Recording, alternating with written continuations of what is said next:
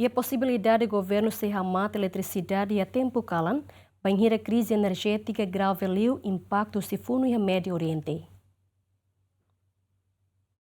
Primeiro-Ministro Keira Lassana Guzmão no Teten, governo da reunião com o ministro, autoriza uma empresa importadora nacional IDA a tossar combustível com quantidade de litro milhão o ano nulo, onde apoia a EDTL no famba público, também conflito e Médio Oriente afeta tebes ba combustível.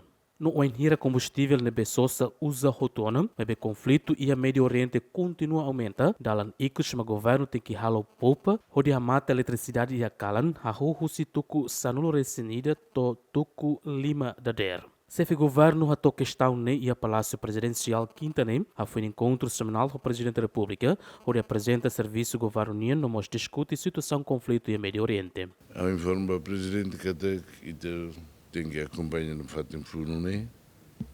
Também problema lá que até preço de it.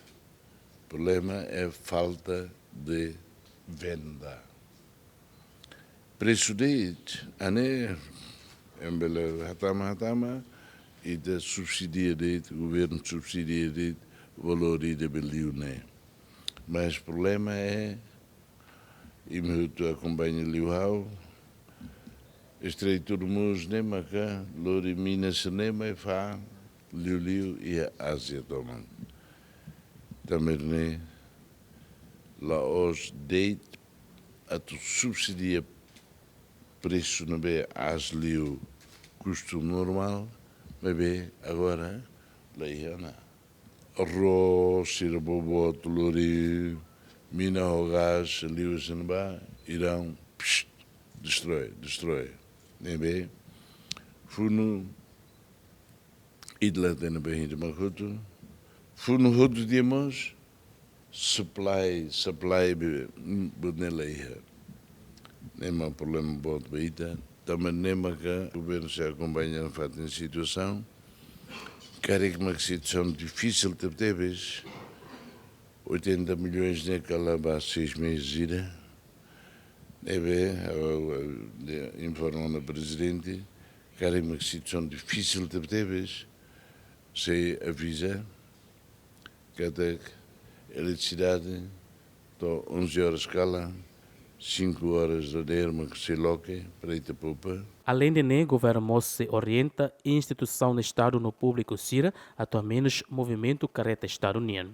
E avisa-nos e me serve careta de né, hutu, liu, instituições públicas para reduz movimento careta, para o público em geral, sempre que lá atende e depois há medidas e a partir de hoje, e tem menos exemplo de tempo, sábado domingo lá serviço, careta liga lá ou não, lá vai.